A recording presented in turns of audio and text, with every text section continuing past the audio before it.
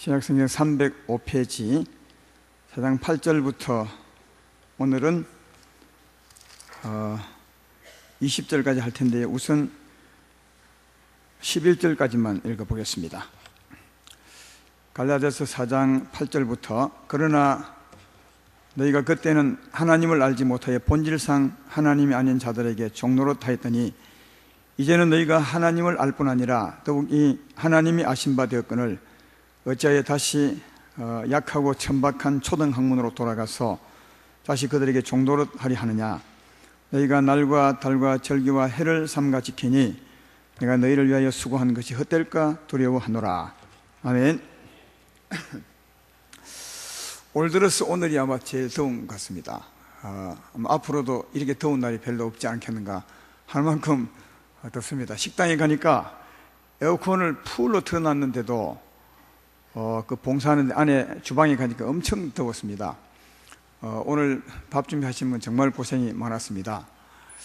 밥을 맛있게 드시면 그 그릇을 비우러 갈 때, 잔반 비우러 갈 때 그때 주방 한번 쳐다보시고 정말 잘 먹었습니다, 감사합니다, 수고합니다 이렇게 좀 해주시면 더위가 좀 더 저 아이처럼 그렇게요 해주시면 참 좋겠다는 생각이 들고, 또 식당에 선풍기를 몇 개 좀 더 달면 좋겠다는 생각입니다. 왜냐하면 이 에어컨만 틀어놓으면 공기가 안 움직여서 그 바람 나오는 데는 시원한데 전체가 안 시원해요. 선풍기 몇 개만 돌리면 시원한 바람이 움직여서 더 시원하게 아마 될 것입니다. 다음 주는 선풍기를 달아서 좀 더 시원하게 만들어 놓겠습니다.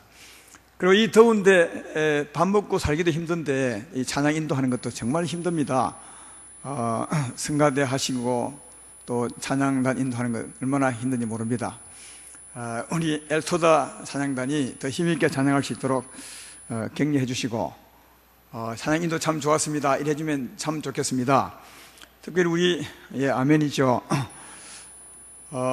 우리 지사님 가운데 한 분은 늘 인천에서 매주마다 왔다 갔다 하면서 성가대하고 하는 분이 있습니다. 물론 하나님이 다 기억하시겠지만 참 사람이 봐도 대단하다는 그런 생각이 듭니다. 우리 대원들이 다 그 형편에 있으면 아마 그리 안 하겠습니까? 우리의 격려가 필요하고 또 위로가 필요합니다. 저도 여러분 배웅할 때 저 앞에 서 있으면 설교 잘 들었습니다, 감사합니다 좀 이리 하시면 얼마나 좋겠냐마는 거리는 안 하셔도 악수라도 좀 해주고 손에 힘이라도 좀 주면 좋겠다. 그렇게 제가 여러분의 사랑을 갈구합니다.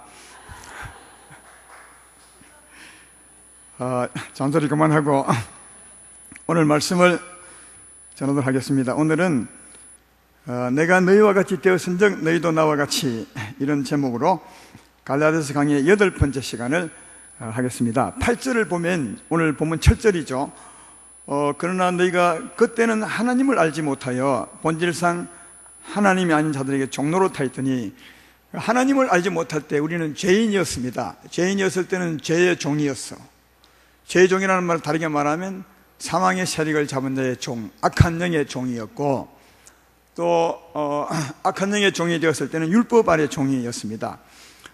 율법을 지켜야 하는데 지킬 수 없기 때문에 늘 나를 정죄하고 자유함이 없이 억압 가운데 살아갔던 율법에 종된 삶을 살았던 우리였다 하는 겁니다. 그래서 그 뒤에 보면 본질상 하나님이 아닌 자들에게 종노릇하였더니, 여기 자들은 여러 종류죠. 죄인이었을 때 죄의 종이요, 사망의 세력을 잡은 자의 종이요, 양심의 종이요, 율법의 종이었습니다. 그러니까 하나님이 아닌 것들의 종이었다, 그것입니다.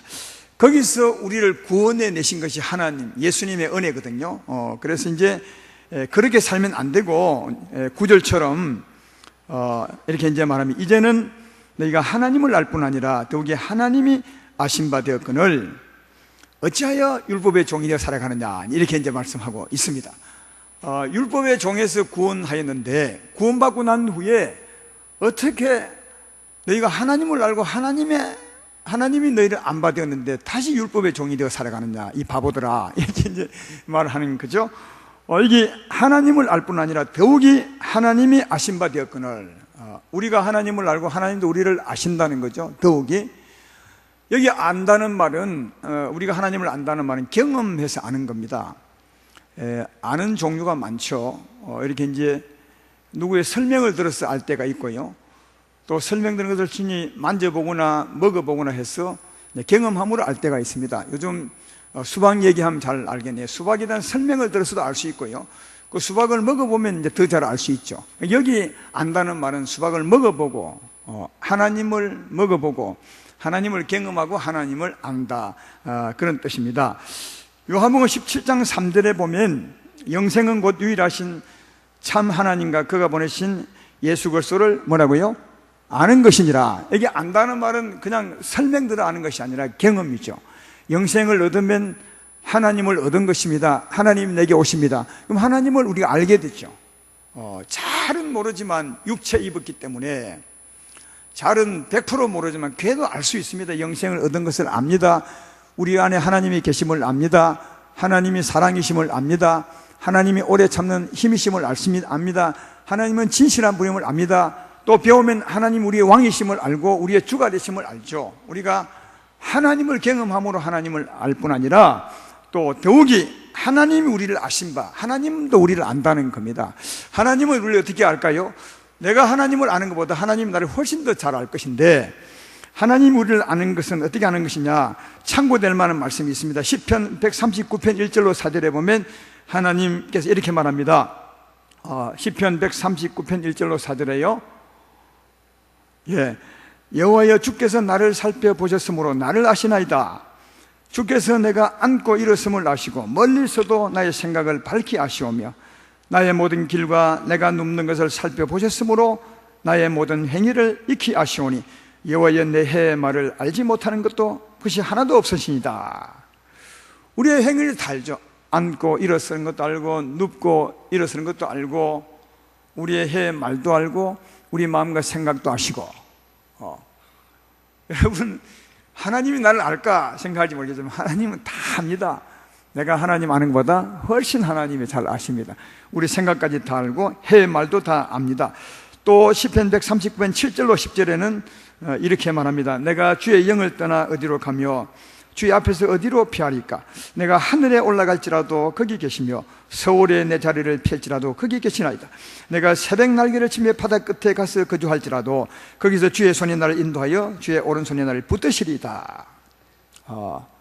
물론 하늘에 가면 더 잘 알겠죠. 하나님 가까이 가면 훨씬 잘 알겠지만 반대로 죄를 지어서 저 하나님 반대편으로 가도 저 서울, 그것도 새벽에 말이에요. 새벽에 죄를 지어서 저 멀리 바다 끝에 가 있을 때도 하나님 아신다는 거예요. 우리를 다 아십니다. 여러분, 어떤 마음으로 죄를 지었는지 아시고 하나님을 떠나 멀리 간 것도 다 하나님이 아신다, 그것입니다. 또 야고보서 4장 4절로 5절에도 이런 말씀이 있습니다. 가늠한 여인들아, 세상과 벗된 것이 하나님과 원수됨을 알지 못하느냐? 그런즉 누구든지 세상과 벗이 되고자 하는 자는 스스로 하나님과 원수가 되는 것이니라. 너희는 하나님이 우리 속에 거하게 하신 성령의 시기하기까지 사모한다신 말씀을 헛된 줄 생각하느냐? 여러분이 마음속으로 하나님보다 세상을 더 사모하고 세상을 더 좋아하고 있으면 하나님이 다 한다는 거예요. 이 가늠 많은 이 여인아, 내가 네 남편인데 자꾸 네 마음을 다른 데 갖다 두느냐? 그래서 하나님이 안에서 다 하고 시기한다는 거죠. 네 마음을 좀 돌이켜라. 내가 네 참 남편 아니냐? 왜 마음을 저 부동산에 갖다 주고 저 마음을 차에다 갖다 두고 저 마음을 이렇게 두느냐? 네 마음을 그러니까 우리 마음 말하지 않아도 다 하나님이 아신다는 거죠. 사랑하는 여러분, 하나님 우리를 안다는 말은 무슨 뜻이겠습니까? 그 이면에 어떤 말이 있겠어요? 우리가 죄를 짓고 멀리 떠나가는데도 하나님이 다 아신다는 거죠. 그리고 거기서 뭐라고요? 하나님이 인도하신다는 거예요. 우리를 아시기 때문에 거기서 회개하게 하고 뉘우치게 하고 돌아서서 주께로 가까이 오게 하시는 이가 하나님이시다. 그러니까 우리가 하나님을 알고 하나님도 나를 다 아시고 네 마음을 알고 생각을 알고 그럼 멀리 떠나갈 때 다 알아서 거기서 돌이켜서 바른 게 인도하시는 분이신데, 그러면 네가 누구를 의지하고 살아야 되겠냐 이 말이야. 누구를 의지하고 살아야 되겠으면 하나님을 의지하고 살아야지, 그 말이요. 이렇게 말하는 것은 네 삶의 주관자가 누구냐? 하나님 아니냐? 그러므로 그 하나님의 인도를 받고 살아야 되는 것이 네 맞지 않냐? 근데 네가 어떻게 사느냐. 자, 9절 후반부에 그러죠. 어찌하여 9절 중반부에 어찌하여 다시 약하고 천박한 초등학문으로 돌아가서 다시 그들에게 종로를 하려 하느냐. 그 종로릇이 뭐냐. 10절이죠. 너희가 날과 달과 절기와 해를 삼가 지키니. 그렇죠? 그러니까 하나님의 인도를 받고 살아야 될 텐데 다시 율법으로 돌아가서 율법의 종이 되어 살아간다는 거예요. 율법의 종이 뭐냐. 달을 지키고 해를 지키고 절기를 지키고, 그것을 지키며 사는 것을 하나님 잘 섬기는 것처럼. 왜 절기를 안 지켜요? 절기 지키면 하나님 잘 섬기는 것 같고, 안 지키면 하나님 못 섬기는 것 같고, 이런 것으로 하나님 잘 섬기냐 안 섬기냐 이 기준으로 삼고 살아가는 이 바보야. 네 안에 하나님이 계시고 그 하나님 네 삶을 주관하는데 하나님의 주장을 받고 살아야지. 제 말 이해되십니까? 이 분명한 차이를 알겠죠? 이 바울이 지금 아주 뭐랄까요, 열정적으로 그리 살아서는 안 된다고. 율법의 종이 되었던 우리를 구원하사 하나님의 종 되게 했는데 우리가 그 하나님을 알고 하나님이 너를 아시고 네 삶의 주관자는 그 하나님이신데 그 하나님의 인도를 받고 살아야지. 왜 하나님을 팽개쳐 놓고 네 안에 계신 하나님을 모르고 그것도 법을 지켜서 그것으로 하나님 잘 섬기는 것처럼 살아가느냐. 그래서야 되겠냐. 그러면서 그걸 두고 뭘 하느냐. 천박하다가 천박한 초등학문으로 돌아가. 그러니까 그건 굉장히 수준이 낮고 행편없는 삶이다. 왜 그런 삶을 살아가느냐. 이 아름다운 교회 여러분들은 갈라디아서의 강의를 듣고 있기 때문에 이 말이 그렇구나 하지만요, 성도님들의 대부분이 다 지금 바울이 말하는 반대로 살고 있어요. 율법에 종되어 살아가고 있는 거 아십니까? 정 그렇습니다. 절기 한번 안 지키면 큰일 납니다. 자, 절기, 우리가 가장 크게 생각하는 절기를 한번 생각해 볼게요. 부활절 절기가 가장 크겠죠, 1년 전에. 근데 부활절이 뭡니까? 우리 위하여 죽으시고 살아나신 날입니다. 이해되면 아멘 합시다. 우리 위해 죽으시고 왜 우리 위해 죽고 살아나셨습니까? 우리가 믿을 때 제사함 받고, 그리고 부활한 주님이 다시 성령을 오시사 우리 안에서 우리 삶을 주관하려고 부활절이 죽고 부활하셨습니다. 제 말 이해되십니까? 그렇습니다. 부활절은 죽으시고 살아나신 날인데 왜 죽으시고 살아나셨느냐? 우리 죄짐을 짊어져 죽으시고 살아난 것은 그것을 믿을 때 우리가 죄사함 받고 율법에서 구원을 받아, 그리고 하나님의 성령, 부활하신 주님이 영으로 우리 안에 오셔서 우리 영혼을 살리시고 우리에게 힘을 주시고 우리 삶을 인도하시고 우리의 삶을 주관 아래 오신 것이다. 그러니까 부활절을 잘 지키는 것은 주님을 영접하는 것이요, 주님의 인도를 받고 사는 게 부활절입니다. 제 말 이해되시죠? 이게 부활의 진짜 의미인데, 우리에게 오신 주님, 우리 삶을 주관하신 주님을 생각하고 따르지 않고 그건 모르고요, 부활절을 지켰냐 안 지켰냐 이것 가지고 싸운다면 진짜 부활절을 모르는 사람 아니냐. 그러니까 부활절이 굉장히 큰 절기라도 제가 충격적인 선포하면 그 안 지켜도 죄가 아닙니다. 그걸 지켜도 그게 잘한 것, 그런 것은 그런 게 아니에요. 그럼 부활절을 왜 지키는 겁니까? 지킬 필요도 없는데, 그건 그 부활절을 지키는 것이 아니라, 자주 말하지만 지키는 것이 아니라 그 부활절을 통해서 주님이 우리에서 죽고 살아나셨으면 그 믿으면 죄사함 받고, 죄사함 받으면 부활하신 주님이 오셔서 우리 삶을 주관합니다. 그 부활절 기회를 통해서 부활하신, 우리의 삶을 주관하신 주님을 더 알기 위해서 부활절 절기를 지키는 거지, 지금 우리에게 오신 주님을 더 알기 위해서 부활절을 지키는 것이지 그날을 지키는 것이 아니라는 거예요. 제 말 이해되시죠? 그러니까 부활 사실은 안 지켜도 죄가 아닙니다. 이걸 좀 이해하시면 좋겠네. 물론 내가 있을 동안 지킬 겁니다. 지킬 거지만 이거 지키고 안 지키고가 죄고가 아무 관계 없는 거라고요. 그러니까 정말 아는 사람들이 되셔야 부활절을 보내면서도 정말 부활절을 잘 지킬 수 있는 사람이, 이 모르고 보내면 또 정말 잘못되는 일생이네. 부활절은 안 지키는 분이 없어요. 다 지키는데 어떤 교회가 싸움이 한번 났습니다. 왜 났냐 하면 맥주절을 모르고 지나간 거예요. 맥주절이 지난주인데 지나가 버렸어요. 그러니까 막 그 중에 장로님 몇 분이 목사님에게 와서 대했던 거죠. 왜 맥주절을 안 지키고 목사님이 하나님 앞에 큰 죄를 짓게 하십니까? 막 싸움이 붙었어요. 그 목사에도 제가 보니 맥주절을 잘 모르는 것 같아요. 그래 미안합니다 막 지켜 잘못됐습니다 이렇게 싸워서 아직도 그게 그 상처가 안 나무는 교회가 있어요. 맥추절 안 지켰다고. 근데 맥추절이 뭐죠? 맥추절은 성령 강림 주일입니다. 성령이 강림한 이유가 뭐죠? 우리에게 은혜를 주시고 우리 영혼을 살리시고 오셔서 우리 삶을 주관하고, 그렇게 안 싸우는 사람 되도록 우리에게 오신 게 이게 맥추절입니다. 제 말 이해되십니까? 맥추절을 제대로 알면 그 지키든 아닌 관계없이 정말 성령의 은혜로 사는 자, 그는 맥추절을 잘 지키는 사람인데, 이 알 것을 모르니까 그거 지켰냐 안 지키 가지고 막 싸움이 나가지고 다투고 싸우고, 그러니까 진짜 알 것을 모르는 거지. 알 것을 맥추절 지키면 좋겠죠. 그걸 통해서 맥추절은 성령 강림주일인데, 성령이 왜 오셨습니까? 우리 영혼을 새롭게 하시고 힘을 주시고 우리 삶을 주관하려 오셨습니다. 그러므로 이 맥추절 통해서 이걸 한 번 더 새깁시다. 그런 걸 위해서 맥추절 지키면 좋죠.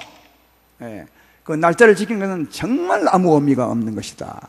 제사와 같은 것이니까 아무 의미가 없는 것이다. 이제 우리 또 내년에 직분자 세운다고 했는데, 직분을 받은 사람들은 이걸 잘 아셔야 교회를 제대로 잘 화목하게 경영할 수 있고 하나 될 수 있어요. 모르면 싸우지 말아야 될 것을 가지고 막 싸우고 교회 분란이 일어나고 하는 겁니다. 알 것을 모르면 자기는 굉장히 잘했다고 할지 모르지만 하나님 앞에서는 큰 잘못을 하게 되는 것이다. 맥추절 때문에 시비 걸고 싸웠다면 그 싸우는 사람은 그러겠죠. 이건 내가 옳은 거다. 왜냐하면 지켜야 될 것을 안 지켰으니까 이게 내가 옳은 것이고 안 지킨 목사님이 틀린 것이다, 이렇게 할지 모르겠지만 자기는 진짜는 참으로 알 것을 모르고 있는 사람이라는 거예요. 하나님은 절대로 그렇게, 차라리 하나님 뭐라 하겠습니까? 맥추감사절은 성령을 너희에게 준 날인데 성령을 주면 은혜가 넘쳐서 싸울래야 싸울 수 없는 날이다. 근데 네가 싸우면서 옳다 하느냐? 오히려 네가 틀린 것이라, 이렇게 말씀하지 않겠냐고요. 제 말 잘 아시겠죠? 또 이렇게 잘못 들으면 그게 참 설교하기가 쉬운 게 아니에요. 지금 이 설교를 다 이해하는 분이 있을 거면, 야 정말 그렇네, 이런 분이 있겠지만, 또 이걸 못 듣는 분은, 야 목사님 부활절 지키지 않아도 된단다, 또 이렇게 해서 내가 하지도 않는 말을 해서 시비를 거는 분이 있을 것이라, 제가 부활절 지키지 말라는 말 안 했습니다. 사실 지키지 않아도 죄는 아닙니다. 지켜도 그게 의의가 되는 것은 아닙니다. 그 의미를 잘 알고 지켜야 진짜 부활절을 잘 지킨다고 제가 말씀하고 있는 겁니다.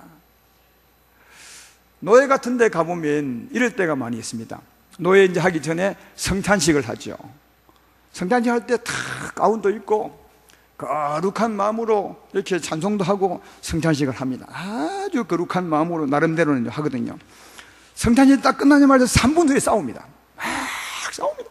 막 형제끼리. 그 성찬의 의미가 뭐죠? 성찬의 의미는 예수와 함께 죽고 예수로 함께 산 것이고 예수의 생명이 우리 안에 있음을 기념하는 거거든요. 그러니까 성찬식을 제대로 하는 것은 싸우지 말라고 성찬식 하는 겁니다. 사실은요, 하나님의 생명, 싸웠던 너희는 죽고 이제 싸우지 않는 화목한 하나님의 생명이 우리 가운데 있는 것을 기념하는 거 아니에요. 그러니까 성찬식을 했다면 아무리 싸울 일 있어도 안 싸우는 게 성찬식 한 것이 의미가 있는 건데, 성찬식하고 바로 싸웠다면 그 성찬식은 예식에 불과한 겁니다. 아무 의미가, 그건 하나님의 이름을 욕되게 하는 거지, 그 성찬식은 성탄의 의미가 없는 겁니다. 그러니까 이렇게 절기를 이상하게 지키는 성도가 진짜 많다니까요.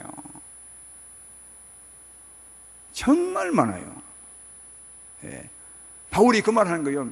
전 모든 절기의 의미들은 다 하나님에 대한 것입니다. 하나님이 오셔서 우리 죄를 사하시고 우리 심령을 새롭게 하시고 힘을 주시고 우리 삶을 은혜롭게 중환하시고 우리 삶을 인도하는 모든 절기는, 모든 일들은 전부 이것에 대해 맞춰져 있습니다. 의미를 보면 말이에요.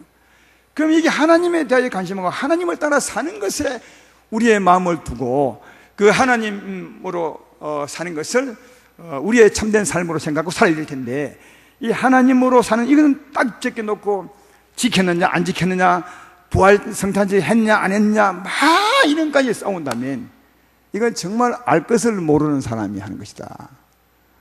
이제 아름다운 교회 성도님들은 잘 아신 바 되었으니까 절기 이런 것이 중요한 것이 아니라 우리를 살리신, 우리에게 오신 하나님이 중하심을 꼭 아시고 여러분 안에 계신 하나님을 바라보고 주를 따라 살아가시기를 주의 이름으로 축원합니다.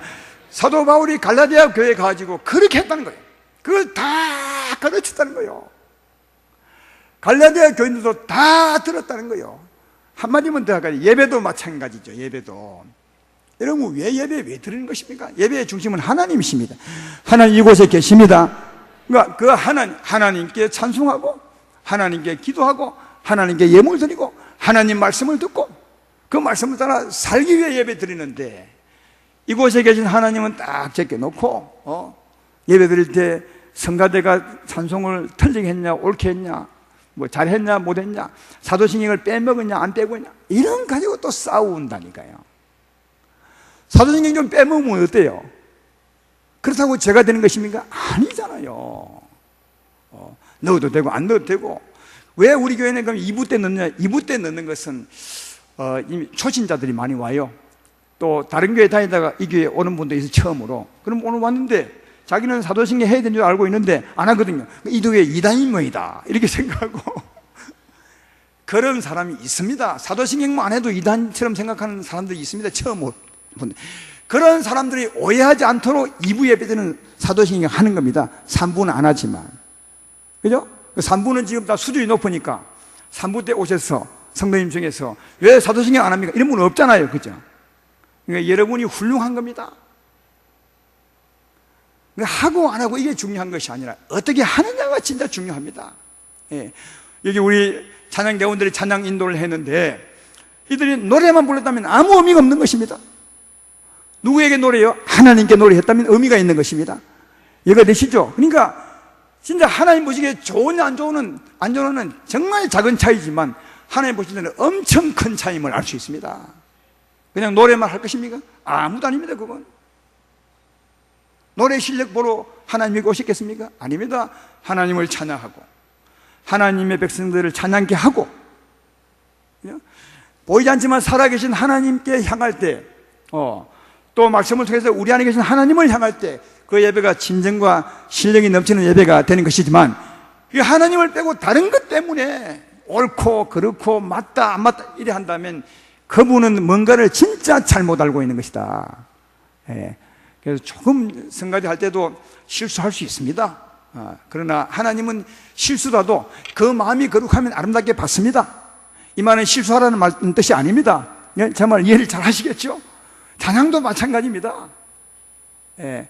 우리 마음으로 하나님을 바라보고 찬양하는 것, 하나님의 은혜를 사모하는 것, 이게 진짜 예배인데 순서 그걸 했냐 뺐냐 안 했냐 이런 것은 아무 의미가 없음을 아시고 그런 것 가지고 싸우지 마시고 그런 분 지금 우리 교회는 없어요. 정말. 예. 하나님의 은혜를 크게 베푸셔서 이런 것 가지고 말씀하는 분 한 분도 지금 없었어요. 하나님 우리를 아름답게 세워놓은 것이죠. 더 아름답게 갈 것은 우리 가운데 오셔서 예배를 주관하시고 예배를 받으시는 하나님 보고 살아가시는 겁니다. 이런 우리가 되기를 주의 이름으로 축원합니다. 사도 바울은 갈라디아 교회 이런 것을 다 했다는 거예요. 이렇게 했는데 그들도 다 받았는데 어느 날 갑자기 돌아가 버렸다는 거예요. 전에로 절기 지켰느냐 안 지켰느냐 그걸 어떻게 했냐 이런 것에 막 마음이 있어서 지키면 하나님께 충성을 다한 거고 안 지키면 죄를 지은 거고 이것에 묵지어 사는 삶으로 다시 돌아가 버려서 안타까움을 지금 표하면서 이 편지를 쓰고 있는 겁니다. 11절에 그 안타까운 마음을 이해할 수 있죠? 내가 너희를 위해 수고한 것이 헛될까 두려워하노라. 이 한마디에 이 말이 다 있는 겁니다. 정말 수고했는데 수고한 게 전부 헛되게 돼버렸다. 왜? 거꾸로 돌아가 버렸습니까?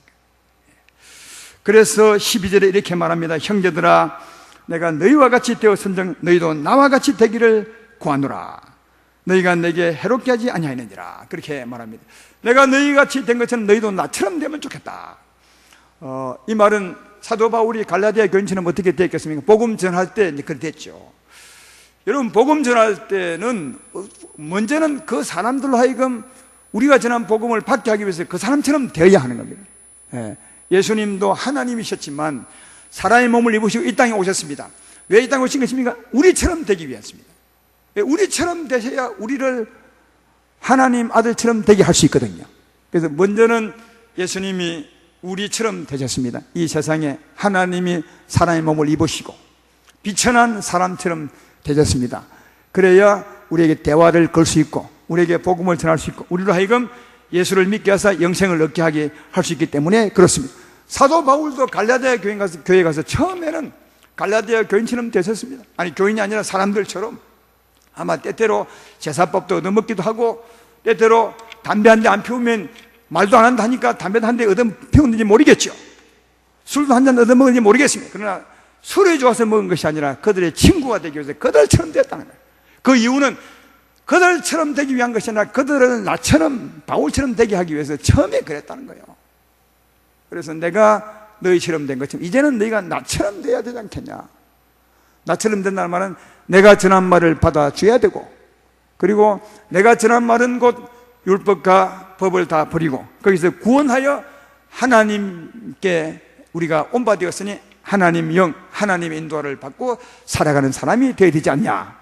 이걸 지금 사도 바울이 갈라디아 교인에게 말하고 있습니다. 내가 너희처럼 된 것처럼 너희가 나처럼 내가 전한 말을 받고 내가 전한 말이 뭐냐? 이제 율법에서 벗어나 하나님의 종이 되었으니 하나님을 따라 사는 것이라. 이렇게 강조하고 있습니다. 근데 처음에는 그들이 그렇게 했어요. 13절부터 읽어볼까요? 내가 처음에 육체의 약함으로 말미암아 너희에게 복음을 전할 것을 너희가 아는 바라. 육체의 약함 가지고 복음을 전했단 말이죠. 14절에 너희를 시험하는 것이 내 육체에 있으되 이것을 너희가 업신여기지도 아니하여 버리지도 아니하고 오직 나를 하나님의 천사와 같이 또는 그리스도 예수와 같이 영접하였도다. 너희의 복이 지금 어디 있느냐? 내가 너희에게 정언하노니 너희가 할 수만 있었더라면 너희의 눈이라도 뼈 나에게 주었으리라. 그렇게. 그러니까 요 처음에 바울이 복음 전할 때는 바울의 말을 정말 잘 받아들였어요. 하나님의 천사처럼 하나님의 아들처럼 사도 바울을 받았던 것을 볼 수가 있다. 육체 연약한 것을 보면서도 전에 이 말씀 한 적이 있죠. 바울의 육체 연약함은 어떤 사람은 안질이 좋지 않다 이렇게 말. 저는 여러분이 말하기를 아마 간질병이 있은 것 같다 이렇게 말했습니다. 안질 같은 것 가지고 그 성도님들이 시험 들지 않죠. 주의 종이 눈이 안 좋다 해서 주의 종이 눈이 안 좋으니까 내 시험 들었다 이렇게 할 사람은 없잖아요. 그러나 설교 중에 막 간질을 하면 아니면 설교 중에 아니라도 막 간질하게 넘어지면 시험 들 수 있죠. 아니 주의 종이 사도라는 사람이 이게 뭐냐 하고 주님을 안 믿을 수 있는데 그런 몸이 연약함이 있을지라도 그들은 시험 들지 않고 오히려 사도 바울을 천사처럼 하나님 보낸 종처럼 이렇게 섬기며 살았다. 그것입니다. 처음에요. 그 말을 잘 받았다는 말이죠. 100% 다 받아서 바울이 말한 대로 살았다는 말이거든요. 근데 지금은 변해버렸다는 거예요. 다시 원위치로 돌아가 버렸다. 근데 그 이유가 있습니다. 그 이유가 16절 17절에 있죠. 17절 18절에 있습니다. 그들이 너희에게 대하여 열심을 내는 것은 좋은 뜻이 아니요 오직 너희를 이간시켜 너희로 그들에게 대하여 열심을 내게 하려 함이라. 좋은 일에 대하여 열심으로 사모함 받으면 내가 너희를 대하였을 때뿐 아니라 언제든지 좋으니라. 그러나 좋지 않은 것에 열심하는 것은 좋지 않다. 이런 말이거든요. 여기 보면 이 갈라디아 교인으로 하여금 바울을 떠나게 했던, 복음을 떠나게 했던 누군가 있었다는 거예요. 그들이 그러니까 이단들이죠. 이단들이 교회에 들어와서 사도 바울 말처럼 예수를 믿음으로 제사함 받고 성령을 따라 사는 게 옳은 것이 아니라 율법을 지켜야 구원을 받고 하나님께 기쁨이 되느니라 막 이렇게 가르쳐서 그들이 넘어가 버린 거죠. 그래서 그들이 열심으로 갈라디아 교인들을 꼬신 거예요. 그걸 믿으라고. 바울의 말을 믿지 못하도록 열심히요. 지금 이단들과 똑같아요. 여러분 이단들도 진짜 열심히 있거든요. 그죠? 이 더운 날도 신천지들은 여기에 모여가지고 유니폼 다 입고 말이죠. 노래 부르면서 그들의 복음이 아니죠. 그들의 말을 전하면 이단들이 참 열심히 있는 것 같은 하나님의 영에 쌓인 것이 아니라 악한 영에 쌓여도 열심히 있는 것 같아요. 이들도 그랬어요. 갈라디아 교인들을 옆길로 가게 한 그들 굉장히 열심으로 그들을 이간시켰죠. 또 갈라디아 교인들도 그들의 말을 듣고 열심으로 그 길을 따라갔다고 그렇게 말씀합니다. 그래서 너무너무 안타까운 나머지 이 편지를 쓰고 있음을 볼 수가 있습니다. 그리고 그 안타까운 마음을 표현하는 말이 19절 20절인데요 여기 보십시오. 나의 자녀들아 너희 속에 그리스도의 형상을 이루기까지 다시 너희를 해산하는 수고를 하노니 내가 이제라도 너희와 함께 있어 내 은성을 높이려면 너희에 대하여 의혹이 있습니다.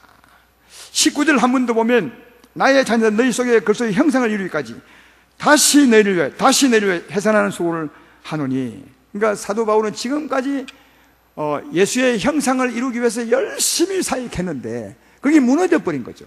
그래서 다시 그리스도의 형상을 이룰 사역을 열심히 해야 되겠다 이렇게 이제 말하고 있습니다. 그러면 여기 아주 중요한 말이 나와 있는데 그리스도의 형상을 이루기 위해서 바울이 사역한 사역의 내용이 뭐겠습니까? 지금까지 한 내용이 뭐죠? 그 사역의 내용은 목적은 갈라디아 성도들 하여금 예수의 형상을 잊게 하기 위한 사역의 성을 알 수가 있어요. 근데 그게 지금 무너졌으니까 다시 그 일을 해야 되겠다 이렇게 이제 말한 걸 보면 예수의 형상을 이루는 사역이 어떤 사역입니까? 지금까지 제가 말한 이 사역이요, 율법을 따라 율법을 지키며 사는 것이 아니라 뭐요? 성령을 따라 하나님을 따라 사는 삶이다. 우리에게 오신 하나님, 그 하나님의 은혜를 입고 하나님의 힘을 얻어서 우리 하나님을 따라 살아간다면 그 하나님께서 우리의 심령을 아름다운 형상으로 바꾸어 가게 될 것이다. 바울이 지금 살았던 사역했던 그 사역의 목표가 예수의 형상을 담게 하는 것임을 알 수가 있습니다. 우리 향한 하나님의 목표도 이 하나님의 아들의 형상, 예수의 형상을 담게 하는 것임을 아셔야 합니다. 로마서 8장에 보면 구원의 목적을 설명하고 있습니다. 거기 보면 이 말씀이 나와 있죠. 하나님이 미리 아신 자들을 또한 그 아들의 형상을 본받게 하기 위하여 미리 정하셨으니 이는 그로 많은 형제 중에서 맏아들이 되게 하려 하심이라. 미리 정하신 것들을 또한 부르시고 부르신 것들을 또한 어렵다 하시고 어렵다 하신 것들을 또한 영원롭게 하셨느니라 그렇게 말합니다. 여기 보면 우리를 향한 하나님의 구원의 목표가 나와 있죠. 29절에 하나님 미리 아신 자들 또한 그 아들의 형상을 본받게 하기 위해서. 아들의 형상이 누굽니까? 예수님의 형상이죠. 예수의 형상을 이루게 하기 위해서 우리를 하여금 구원했다고 그렇게 말하며, 따라서 우리의 삶의 목표도 예수의 형상을 닮아가는 것, 이게 장성한 데 이르러 가는 거죠. 오늘 2부 말씀에 의하면 열매를 많이 맺는 삶을 사는 것임을 알 수가 있는데, 형상을 닮아가는 사역이 뭐냐 하면 바울이 갈라디아 교회에 했던 그 사역이죠. 율법을 따라 제 종으로 살아가는 것이 아니라 뭐라고요? 하나님의 종으로, 성령으로 살아가는 것임을 알 수 있습니다. 성령의 은혜를 입으시고, 오늘 2부의 말씀처럼 포나무 가지가 포나무에 붙어 있는 것처럼 그 생명을 끊임없이 공급받으시고, 또 공급받은 생명은 우리를 주관하잖아요. 그 생명의 주장을 받아 주의 말씀대로 살아간다면 우리에게 오신 주님이 우리를 아름다운 하나님의 아들의 형상으로 바꾸어 가게 되는 것입니다. 전에 자주 말하지만 누구를 따라 살다 보면 그 사람처럼 됩니다, 여러분. 우리 몸도 그렇더라고요. 군대 얘기 한 번 더 하면 군대 가면 훈련시킵니다. 왜 훈련시키느냐?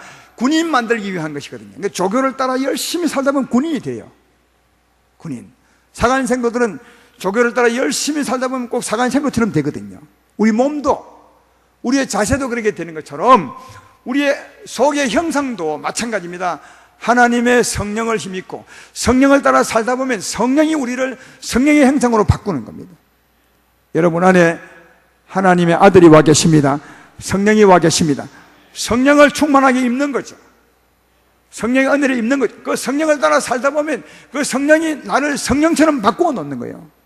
이게 하나님의 아들의 형상으로 바꾸는 겁니다. 이게 구원의 목표입니다.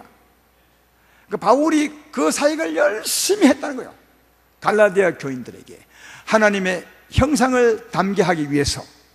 그런데 갈라디아 교인들이 바울이 가르친 대로 성령의 힘을 입고 성령을 따라 산 것이 아니라, 하나님의 형상을 이루는 그 길을 간 것이 아니라 그걸 버리고 옛날로 돌아갔다는 거예요.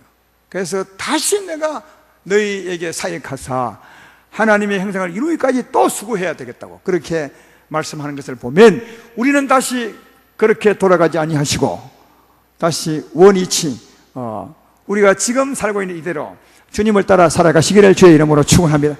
정말 말하지만 살아계신 하나님 여러분 안에 계십니다. 그 하나님이 우리의 삶의 주관자입니다. 힘을 주시고 우리 심령을 새롭게 하시고 우리의 삶을 인도하십니다. 우리의 귀와 눈을 우리 안에 계신 하나님께로 향하고 그분을 의지하고 그분을 따라 살아간다면 언젠가 그분이 우리를 그분처럼 바꿔놓을 줄로 믿습니다. 이게 우리 삶의 목표입니다. 주님을 따라 열심히 봉사하시고 주님을 따라 사랑하시고 주를 따라 전도하시고 주님을 따라 여러분을 드림으로 말미암아 그분이 여러분을 아름답게 변화시켜 놓는, 그래서 천국에 정말 영광의 소망을 가지는 그런 우리 모두가 되기를 주의 이름으로 축원합니다.